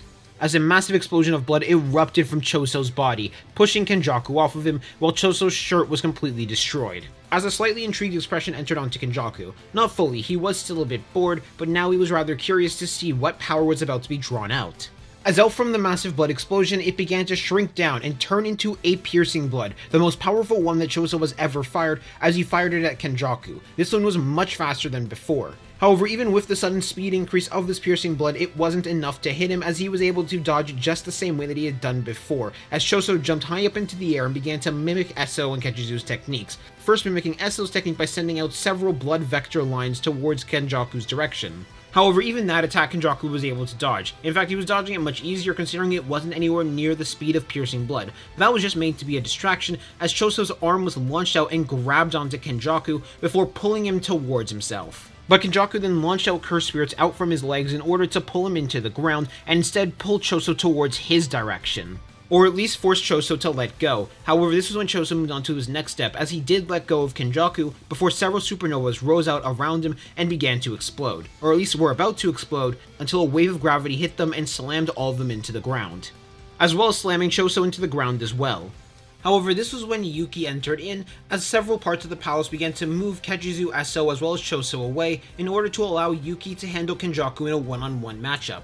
As Kenjaku started the battle by summoning Ganesha, which was immediately torn right through by Garuda, before Yuki went in for hand-to-hand combat. As Kenjaku attempted to lift up both of his arms in order to prep himself to block against Yuki's hit, but Yuki's punch went right through his arms and sent him flying backwards. However, instead of the feeling of a wall, Kenjaku was then met with the feeling of a foot against his back, as Todo had now appeared behind him and kicked him right back towards Yuki's direction. Todo being there was going to make things significantly harder, as he wasn't going to give Kenjaku a single point or chance to rest. However, this wasn't anything considered too impossible for Kenjaku to handle, as he then summoned several curse spirits towards him in order to propel him away from the two of them. Curse spirit manipulation, at least at its base principles, was not going to be too useful against the two of them. Todo would just use the curses as more things to swap Yuki with, and of course Yuki was able to destroy any of the curses that Kenjaku had in one hit. So Kenjaku decided that he was going to end this right here and now, which the way he was going to end this was by lifting up his hands in order to cast his domain expansion. That would be his best way to eliminate both Todo as well as Yuki. However, a moment before his hands could come together in order to make the proper hand sign, they were forced apart, as Naniko was activating her technique photo manipulation in order to force their hands apart. Now Naniko couldn't pull this off for too long, however she only needed to do it for a couple of seconds. However, not just the surprise of Naniko Mimiko being here, but also the failure of his own domain, it was the opening that they needed, as both Yuki and Todo rushed towards Kenjaku. As Todo clapped, swapping places with Choso, while at the same time, Yuki went in, and Yuki landed a punch on Kenjaku's left hand, while Choso landed a piercing blood cutting off Kenjaku's right hand. And this was bad. Kenjaku would realize in this moment he had heavily underestimated them, and going for a direct assault in the way that he did was a very bad mistake. However, that gave Kenjaku an idea, as Kenjaku had a new plan. He was too quick to dismiss this curse technique. It would definitely not work in order to kill Yuki and the others, but it would certainly work to at least hold them off for a couple of seconds for him to search. As suddenly thousands, no, hundreds of thousands of curse spirits began to come out from Kenjaku in a massive wave, most of them of course being grade 4s and grade 3s, mainly there to push Yuki as well as Choso and Todo away from them, as they began to fill the Tomb of the Star like a massive tsunami, going through each and every room, each and every building, while Kenjaku sank into the wave of curses he had just made. He knew with Yuki there it wouldn't be long until they were all dealt with, so we would have a limited amount of time. At the same time, he used RCT on his two hands to recover them properly while swimming through the wave of curses. In truth, he had no desire to really fight right now, especially not in this circumstance. He could wait. And it didn't take long until he eventually found the tree where Tengen's true body was residing. All the while curse spirits were being fought off, but with every single curse spirit that was destroyed, tens of them took their place. Now of course they weren't able to damage any of the sorcerers present, but they were still an annoyance nonetheless. However, the wave began to get smaller and smaller as more of them were getting absorbed back into Kenjaku, and as they were all looking up, Kenjaku simply gave them a wave, before activating the curse spirit that originally allowed him to leave Shibuya, and using that one to portal himself out of here, and using that one as an escape route for himself from the Tomb of the Star. As we now return back to our main protagonist, Yuji, currently with Nobara, Hana, as well as Megami. All seem to be going well, they got all of the points necessary for their plan. However, as they met Tsumiki, Yuji was able to notice something quite odd. He was able to notice that Tsumiki's soul was rather strong, and while under a normal circumstance Yuji might have been able to tell the difference between Yorozu and Tsumiki's soul, right now he couldn't. This was because of the fact that Yuji was not at all familiar with Tsumiki's soul. As a result of that, he just assumed that Tsumiki ended up becoming a strong sorcerer, similar to how Higuruma was a strong sorcerer with high amounts of potential. However, this was something that he told Megumi about the fact that Tsumiki was capable of now using Jujutsu sorcery. And while this did make Megumi a bit suspicious, he just assumed this was part of the Culling Games itself. Under a normal circumstance, he would have been more suspicious, but he was just happy to have his sister back. However, when Megumi gave the points to Tsumiki for them to leave the Culling Games, this was when disaster struck, as she instead made a new rule to allow free passage between the barriers for Culling Games players. As she revealed herself as Yorozu, all of them preparing in order to battle against her and try and find some way to reverse this, but they were not fast enough, as Yorozu was able to escape, and before they could chase after her, they all heard a voice say "in chain." As Sukuna took advantage of Yuji's new massive amounts of speed, moving behind both Nobara and Hana, knocking the both of them out, and before Megumi could even begin to make the ritual to summon Maharaga, he took control of Megumi's body. And once Yuji began to wake back up after Sukuna had transferred vessels, Sukuna landed a punch on Yuji's gut, sending him flying through several buildings. Sukuna believed this was going to be enough power to take Yuji down in a single hit, even accounting for the unlocked power that he had gained access to thanks to Yuki's research. Yuji is just barely left alive. After all, Yuki wasn't able to pull out all of the power that was sealed away, only a pretty good chunk of it, and because of that just barely managed to save his life once Sukuna left his body, and that also managed to make Sukuna think that Yuji was actually dead. However, in reality, Yuji was just knocked out.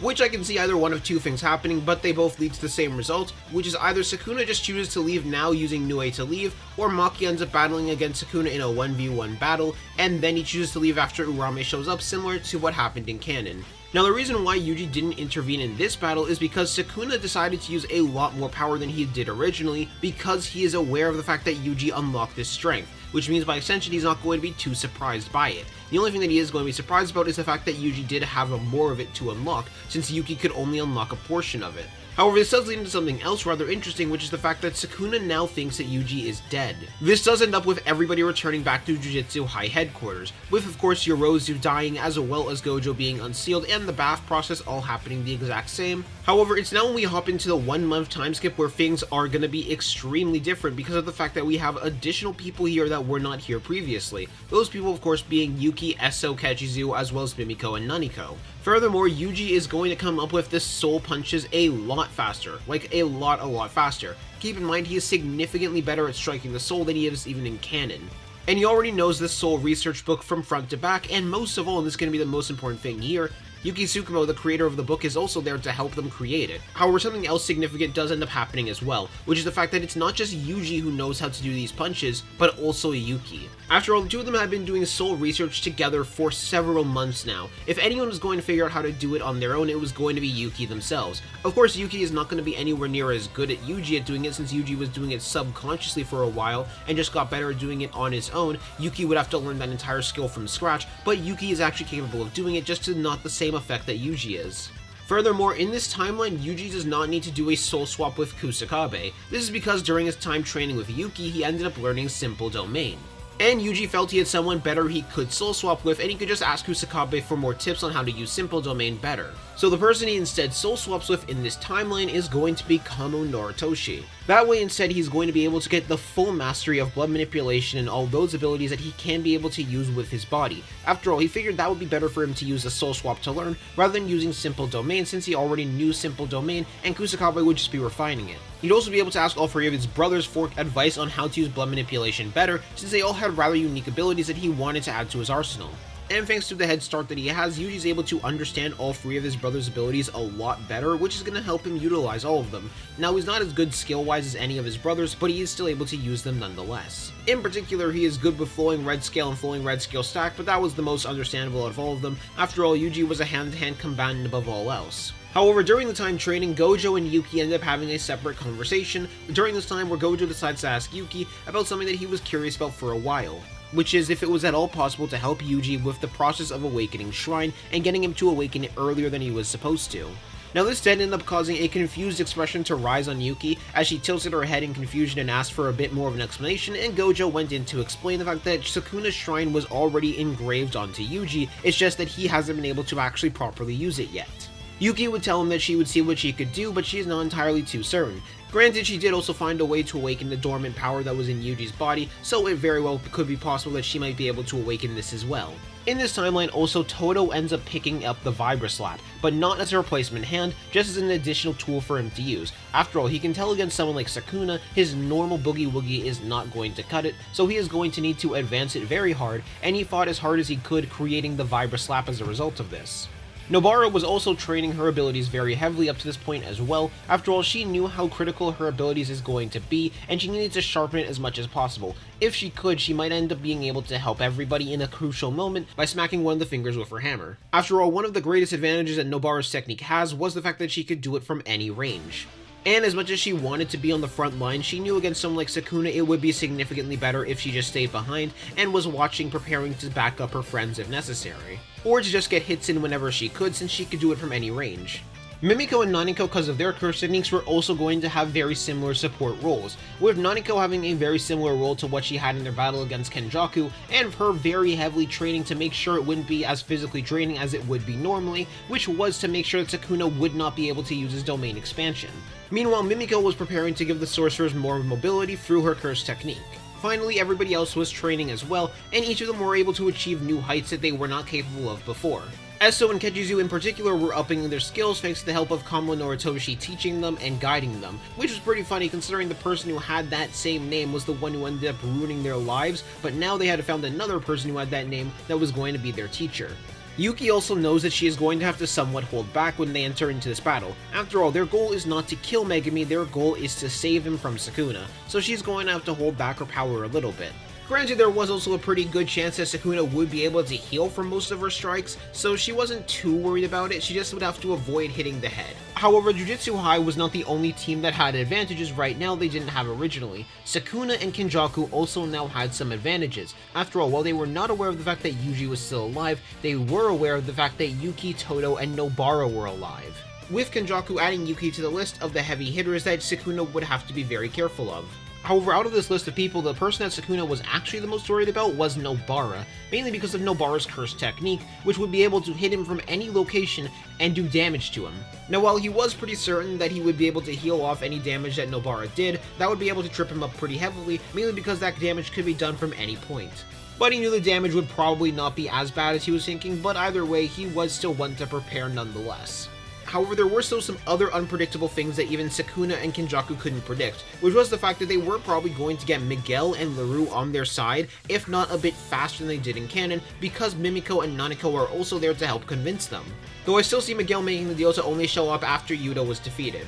While everybody was preparing, Nanami ended up approaching Ino as well, and he gave him his approval. He told him that Ino was on the path to surpassing him, if not he already did surpass him, and that Ino was more than worthy of being a grade 1 sorcerer, which Ino was really happy to have that approval. And now, the same day where the talk happens about Yuta taking over Gojo's body, Yuki asks Yuji a familiar question, if the two of them could have a sparring session. Over the several months that the two have known each other, they have been able to bond with each other quite well, but they bonded best when the two of them fought each other. And right now, Yuki and Yuji had improved so much, but Yuji has become a completely different beast in comparison to what he was when they started training. So Yuki wanted to see how far Yuji has progressed, and she also told Yuji to hold nothing back. Todo, Choso, Eso, and Kechizu were all going to be here watching as well, cheering people on. Of course, Todo was going to be cheering on both of them, but Todo, Eso, and Kechizu were obviously going to be cheering on Yuji. Nobara was also here, and being the contrarian type of person that she was, she decided that she was going to cheer on Yuki. Nanami was also here in person, and he wasn't going to cheer on either of them, mainly because he found cheering for them as rather childish if he was being honest. And finally, Gojo was also here, and if you thought Choso and Eso and Kechizu were being extra with how they were cheering, Gojo had 2 flags for Yuji that he was waving around in the air, which all of them had to question for a moment of when he had the time to make those flags. This ended up with a soft laugh coming from Yuki before she decided to start the charge by punching the ground, cracking it and sending several parts of the ground and rubble towards Yuji's body. As Yuji saw the rubble coming towards him, he instead decided to meet it head-on by punching several parts of the rubble and rushing at Yuki. Yuki saw this rush and she met it head-on as the two of them clashed fists. Now, Yuki did have to hold back her curse technique a lot, mainly because of how lethal it was in hand-to-hand combat, but at the same time, she knew that she didn't have to hold it back as much in comparison to others thanks to Yuji's immense physical strength. And she was rather impressed. After all, a month ago, this level of power would have sent Yuji flying. But now Yuji was only pushed back a bit, as she saw markings form on Yuji's eyes and he activated Flowing Red Scale as well as Flowing Red Scale Stack. As Yuji now went for the offense, beginning a flurry of blows on Yuki. Yuki was blocking them, but she was blocking them with some difficulty. However, the entire time she had a smile on her face. After all, Yuki was able to see how much Yuji had improved, though she could tell he still had a bit more to go, as Yuki then redirected his fist and punched him in the gut at the same time, sending him flying backwards. But while Yuji was sent flying, he ended up clapping his hands together and firing out a piercing blood right at Yuki, which Yuki was able to slide underneath before rushing at him again. And in order to catch Yuki off guard, a moment before Yuki could reach him, Yuji created a blood platform underneath his feet, using it to launch himself above her and then land a punch on Yuki's back. As Yuki then turned around, raising up her guard once more, and the two of them were preparing to enter into their next clash. As Nobara was noticing the two of them's skills, in terms of skill, Yuki was actually still a better hand-to-hand combatant, but the difference between Yuki and Yuji was not that far.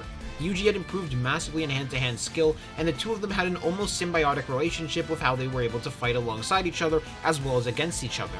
And while Yuki did have the physical power advantage, she was still slower than Yuji, where Yuji also had the range advantage as well. However, Yuji wasn't going to spam range attacks against Yuki, which would normally be good to use against an opponent like her, but Yuji was still ultimately a hand-to-hand combatant first and foremost, especially against someone like Yuki, who he felt he needed to be. After all, that was the skill the both of them rivaled each other in. Plus, this was also a friendly sparring match, so he wasn't going to be as tactical as he needed to be.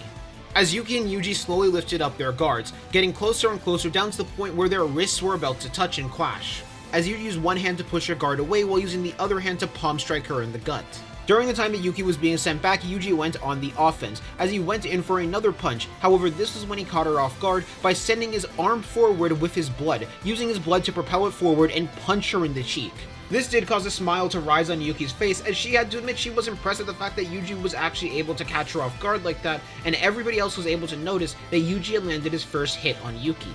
However, Yuji wasn't done yet, as his arm flew back while he rushed in, about to go in for another punch, but Yuki ended up grabbing his hand before he could land the fist, and kneeing Yuji straight in the chin, before aiming a punch at Yuji's chest that Yuji was just barely able to block on time with both of his arms that sent him into the ground. Yuki then ended up moving back a little bit, giving Yuji some time to properly get up, though she did also congratulate Yuji for actually being able to land a hit and catching her off guard like that. As Yuji got up with a new determination in his eyes, he had a plan now, as blood armor began to form around both of his hands. Choso remembered this is one of his tactics, and normally this would be a risk to their health, but Yuji was able to use reverse curse technique and deal with that risk, so it wouldn't be as bad, but he was curious to see what type of plan that Yuji had now. And this time Yuki took the offense, going for a flurry of blows on Yuji's body right off the bat, which Yuji was pulling off, deflecting each of them. It was actually pretty easy for him to be on the defense against Yuki, however when he went for the offense, that was when Yuki could take advantages. However, Choso was able to notice something rather fast, which was the fact that Yuji was focusing Flowing Red Scale Stack to his eyes in particular. He was enhancing his reaction time. Yuji was using Flowing Red Scale Stack to observe Yuki's stance a bit more in order to find openings better than he could normally. As a soft smirk rose onto Yuji, when Yuki was attempting to go for one of the punches, suddenly there was an explosion of blood, one that Yuji had used to blind Yuki. As Yuji took advantage of this chance, beginning the offense, going first for a punch on Yuki's side, before he began his barrage of punches. However, Yuji was very intentionally using the Divergent Fist. This way it would be harder to track his movements because of his curse energy being delayed. Using the Divergent Fist in order to make Yuki's sensory of Yuji's curse energy delayed by a couple of seconds. It wasn't much, but it was going to help Yuji a bit when it came to defending against Yuki. After all, he knew most sorcerers use curse energy to sense their opponent's movements, and with Yuji's delayed curse energy, he could take advantage of that when Yuki was blinded. However, it didn't take Yuki long at all to figure out Yuji's tactics, and she was about to land a strike on Yuji's chin until all the Divergent Fists activated and the curse energy finally hit Yuki. And Yuji took advantage of this chance, using it to sweep Yuki by the leg and push her into the ground. And once Yuki landed, she couldn't help but smile a bit. She was certainly impressed. After all, Yuji in hand-to-hand had done incredibly well. He had managed to make blood manipulation his own and create his own style that only Yuji could pull off with the mixture of the Divergent Fists, blood manipulation, and his hand-to-hand skill. As she gave the victory to Yuji, while Yuji stuck out his hand helping Yuki up.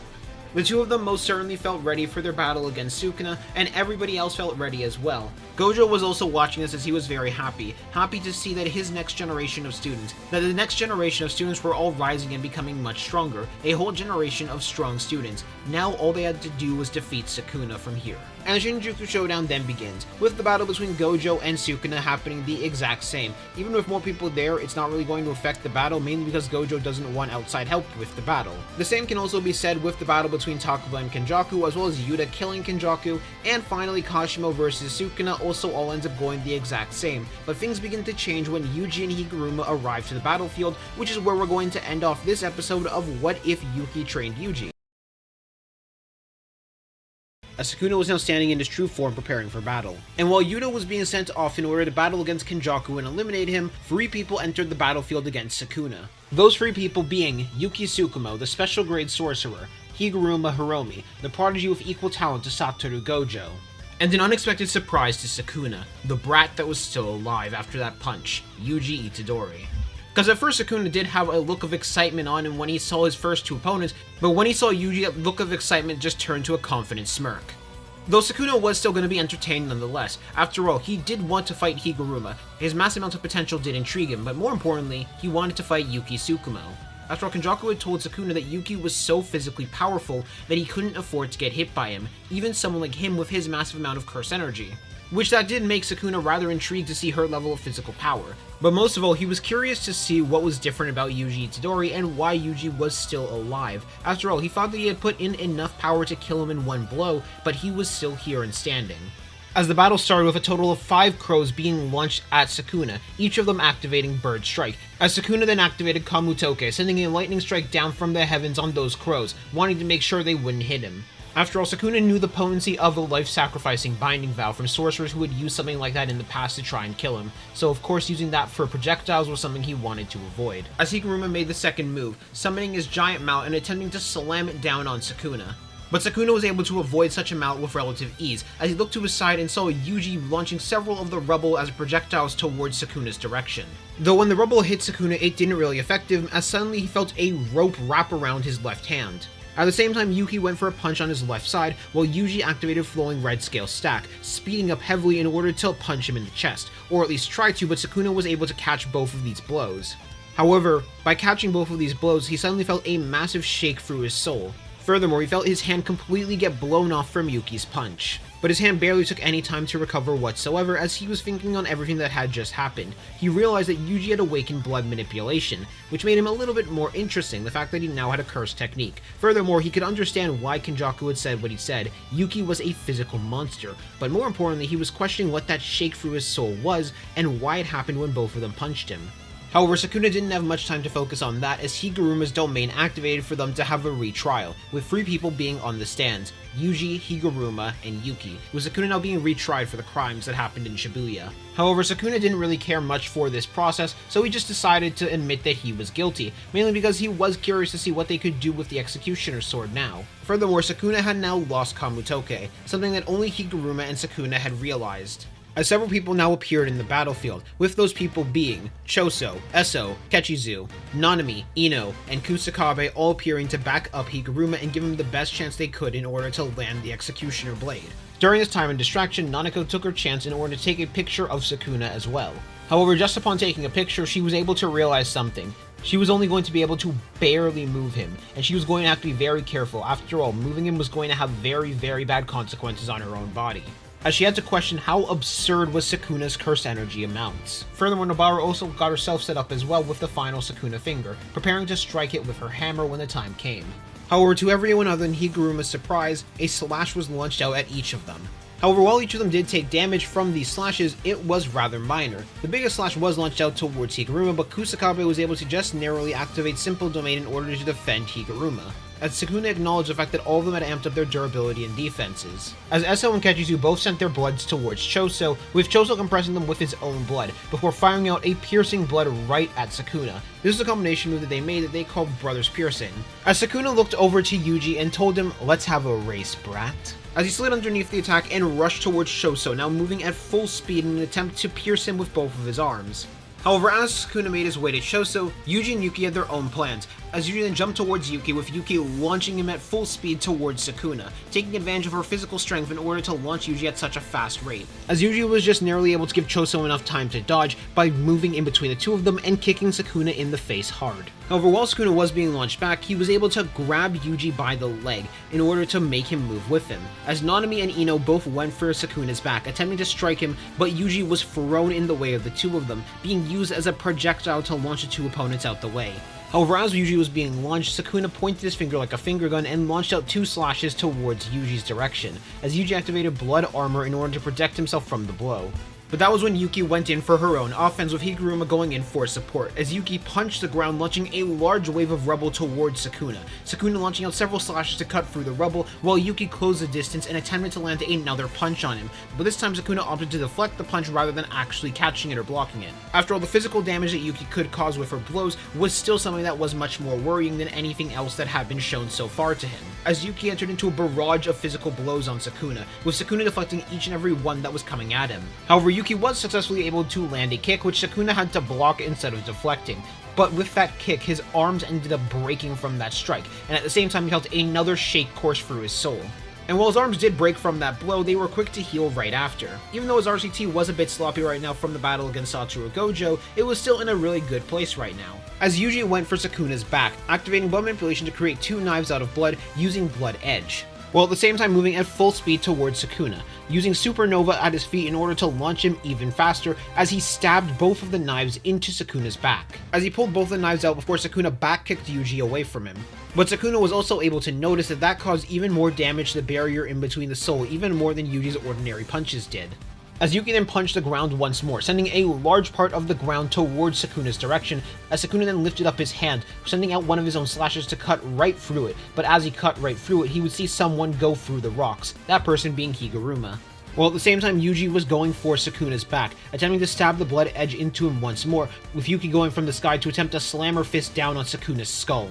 However, without any visual indicators, several slashes landed on both Yuji and Yuki. While they weren't slashes deep enough to actually cut them, they were big enough to actually cause damage to them and send them out the way, as Sukuna lifted up his hand in order to block the Executioner's blade. And for a minute they thought that worked, until they saw that Sukuna had cut off his own hand, as a way to avoid the effects of the Executioner blade. And Sukuna used the fact that he was caught off guard to his advantage, as he grabbed Higuruma by the collar before throwing him into the direction of some buildings, before he followed after Higuruma, with Yuji hot on his pursuit and Yuki being behind the two of them. And as Sukuna jumped into the building, he launched out a wave of slashes towards Higuruma. But as the wave of slashes were launched out towards him, he noticed something around Higuruma that was rather impressive. An aura that was surrounding his body, but it wasn't the normal aura of curse energy. No. It was Domain Amplification, as Higuruma had used Domain Amplification in order to nullify the slashes that were coming at him, with Sukuna being quite impressed with that before he called Higuruma by his name. As Sukuna released a wave of pressure and curse energy, one that all of them could certainly feel, with Higuruma and Yuji being able to feel it the best considering they were the closest to Sukuna. As Yuji then lifted up both of his hands, using the string version of Slicing Exorcism, but instead of using it as a way to slice at Sukuna, he was trying to use it as a way to bind Sukuna down. However, before the blood could reach him, slashes were launched out from Sukuna's body, slicing right through them, confirming for everybody that Sukuna was definitely able to launch slashes out from his body without needing to make a hand sign or movement. Right now, Yuji and Higuruma had 2 goals, either to put down Sukuna and give Higuruma an opening, or to hold off for long enough for Yuta to show up. However, Sukuna then closed the distance between himself and Yuji, grabbing onto Yuji's side, and he was about to use Cleave on Yuji. However, before he could reach Yuji, he felt a punch land on his side that launched him away from Yuji. That punch was from Yuki Tsukumo.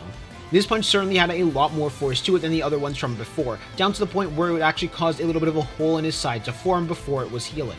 However, this was when Sukuna began to chant. It wasn't a chance for the world-cutting slash, just to make the dismantles more powerful, as he released a large wave of dismantles out towards all 3 of them, completely slicing through the buildings and separating the group, resulting in Higuruma being completely separated from the group and his arms being cut through. There also was a large cut that formed on Higuruma's chest. As Higuruma began to focus, he forced himself to learn RCT, as he recovered both of his arms as well as the wound that had been spawned on his chest. Even with Domain Amplification, it still caused quite a bit of damage. Furthermore, he couldn't really use Domain Amplification all over his body, or else it would deactivate the Executioner Sword. However, this was when Sukuna began to make chance for the World-Cutting Slash. He didn't need to use the World-Cutting Slash, but he wanted to see how Higuruma would handle it.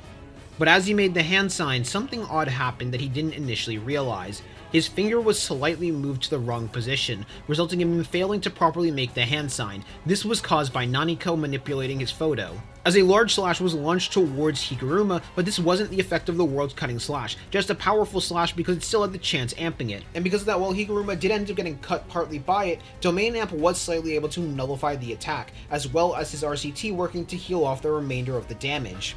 As Nanako coughed up a bit of blood, even moving one of Sukuna's fingers slightly to the left was actually quite straining for her because of the massive amounts of cursed energy that Sukuna wielded. But while it was certainly straining on her body, it was something she was capable of doing in order to help, giving them quite a bit of an advantage as it would prevent Sukuna from using the world's cutting slash. As that was when 3 blood orbs rose up around Sukuna. This was blood that Yuji bled from Sukuna's attacks on his body, as they all compressed into supernovas, before the 3 of them exploded around Sukuna's body. And while Sukuna did manage to narrowly avoid 2 of these attacks, one of them did still manage to hit him and weaken the barrier in between his soul even further. As Yuji and Yuki re-entered into the field, though Sukuna was able to notice something around Yuki's feet, small supernovas that were repeatedly exploding in order to amp up Yuki's speed. Even with this small speed amp, Yuki was still the slowest of the 3 of them, but with that being said, she was now able to keep up and time out her hits much better with Yuji now being able to go full speed, as the 2 of them were beginning a barrage of hand-to-hand attacks on Sukuna's body. As Yuji landed one punch on Sukuna's side, successfully shaking his soul, but at the same time, using the Divergent Fist on Sukuna. However, after that blow, Sukuna was primarily focused on deflecting the 2 of them's hits, now being put on the defensive against the 2 extremely impressive hand-to-hand fighters. Despite the 2 of them only knowing each other for a couple of months, they were able to fight alongside each other that they had known each other their entire lives. Yuki and Yuji were working so well together. Their bond as master and student was quite clear. This was allowing the both of them to get some hits in that were blocked, and even some that were not able to be blocked by Sukuna, and Sukuna was able to notice with each and every one of these hits, his output was being nerfed further and further. And it became pretty clear to him what their goal was: weaken Sukuna's soul enough so Higuruma would have an easier time being able to stab him. However, this wasn't going to be that easy for them, as even though his output was nerfed, Sukuna's stomach mouth chanted before he launched out 2 slashes at both Yuji and Yuki, sending the 2 of them away, until suddenly something hit Sukuna in the back and hard. This was a Shikigami from Yuki, Garuda, something that shared Yuki's curse technique. While Sukuna was most certainly aware that Yuki had a Shikigami, he wasn't actually aware of what it did, and he could feel his back snapping and breaking from that blow before he healed it off rather fast, but even though he was able to heal it, his RCT was still slowing down a bit. But furthermore, with Garuda's attack, Yuji and Yuki were able to take advantage of this, with Yuji using the blood around Yuki's feet to launch her forward, while at the same time Yuji made his own supernova underneath his feet to launch him as well. As Yuji and Yuki both began to focus curse energy towards their fists, they were both about to go for a black flash on Sukuna. And Sukuna, seeing what was about to happen, decided to launch out a wave of slashes towards the both of them, trying his best to make sure that the 2 of them couldn't reach him, or at least that was what he was going for, until suddenly he felt the Divergent Fist hit his side. While the Divergent Fist didn't stop Sukuna from sending out this wave of slashes, it did end up distracting him, resulting in them becoming slightly weaker. As Sukuna lifted up all 4 of his arms in order to block this strike, focusing a great deal of curse energy as well in order to minimize the damage, as both Yuki and Yuji landed a black flash at the same time, sending Sukuna flying out the building as well as tearing through his arms thanks to the combined strength of Yuki and Yuji. But when Yuji had landed the black flash, he connected to Megami's soul, as in the inside he could see Megami curled up, not wanting to participate, not wanting to help. He just didn't care anymore. He was in so much pain from everything that Sukuna had caused him. Even though they had weakened Sukuna's soul to such a point, Megami wasn't going to help them. As we return back to reality, as the arms that were broken off were pulverized from that blow, and Sukuna could feel a bit of pain in his chest as well from it. This was the best opening they were going to have, as Higuruma decided now was his chance. While Sukuna was recovering and healing his arms, Higuruma came down from the sky in an attempt to strike Sukuna. At the same time, Eso, Ketsuzu, and Choso all launched out their own ranged blood attacks in order to support Higuruma and add in more pressure for Sukuna. Yuji and Yuki were also rushing in order to support, but this wasn't going to be enough, until suddenly, Sukuna felt a large amount of pain echo throughout his soul, and this pain was from someone else, someone in the distance, and the one person that he was more cautious about than anyone else, Nobara Kugasaki. Nobara had activated Hairpin on Sukuna, using a binding vow to increase its power even more and weaken the barrier in Sukuna's soul. And with that opening and all the damage that everybody had done, Higuruma stabbed the Executioner's sword right into Sukuna's head, killing Sukuna and freeing Megami, as Yuji moved to catch Megami while Yuki moved to catch Higuruma.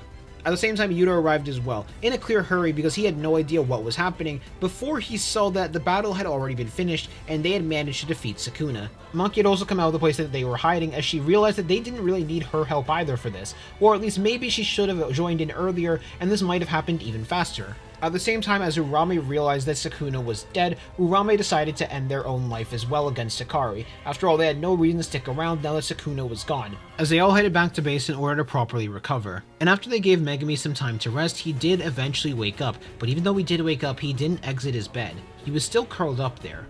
And Yuji did remember something that he had seen when they were landing those soul punches. Now you could see that Megumi wasn't fighting back. Sure, because Megumi was getting more and more control, Sukuna was losing more and more control of the soul, but Megumi wasn't actively trying to fight back. He just didn't care anymore, and he didn't want to help. Even though Yuji was trying to get him to help, he didn't, as Yuji decided to take a different approach this time, as he sat down next to the bed that Megumi was sitting at, not really saying anything initially.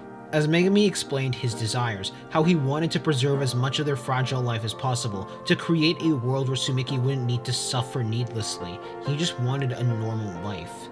And that would have been true happiness to him, but he had had enough. He had enough of suffering, as everything had been taken away from Megumi. And this is when Yuji began to explain his grandfather's treatment, about how there was something that he could have done in order to get treated, but it would have been rough, which his grandfather turned down. And at first, Yuji didn't understand why they turned it down, but they figured it would just be fine. But ever since he came to Jujutsu High, he had been flooded with so many negative thoughts, allowing him to finally empathize with his grandfather after so long. As he explained to Megumi that he couldn't force him to live. He couldn't just tell him to live, but at the same time, he knew it would be lonely without him. As Yuji decided to walk out, leaving Megumi to think on his own for now. This led to a discussion happening between Yuki and Yuji. Yuki had to admit she was proud of him and how far Yuji had come in just a couple of months. If the two of them continued training together and doing research, then Yuji was going to get much stronger. And more importantly, they were going to get so much more info about the soul and their dream would become a reality. Which Yuji did agree to, and he was planning to help Yuki out with her dream. However, he did want to say one thing. He was planning to stay in Japan and Tokyo in order to research and help people to learn how to utilize their curse energy while Yuki was going to travel the world. And Yuki was actually pretty okay with this. Yuji being able to stay behind while helping people get on their new path of life, it was something that Gojo would have wanted, and she was more than okay with that. Plus, it wasn't like Yuji was stopping or anything like that, it just meant that Yuji was going to do it from a remote location instead. That, and she wanted Yuji to enjoy his final years. After all, Yuji was still a kid at the end of the day. No matter what had happened, he was still just a 16-year-old. Especially considering she also knew that it wasn't like Yuji had given up on their dream either, they were both still going to work towards it, as now they had a new goal, being able to figure out how to make more people have curse energy, while also being able to figure out how to make more heavenly restrictions, as everyone's lives begin to turn back to normal, with Choso, Eso, and Ketsuju deciding to join up with Jujutsu High. Mimiko and Naniko decided to leave the group as well in order to head with Miguel and Leroux. After all, they didn't want to stay with Jujutsu High, they were only temporary allies, and they would enjoy their new lives, as everyone begins to move on to the next stages of their new lives. And that is the end of this series. Thank you to everyone who has watched, and if you like this video, please subscribe, it would help the channel a lot. Also comment down what you did and didn't like about this series, if you guys liked this final battle. If you guys didn't like it, I'm just curious to see what you guys think. Anyways, I hope you all have a good day. Peace out. Bye.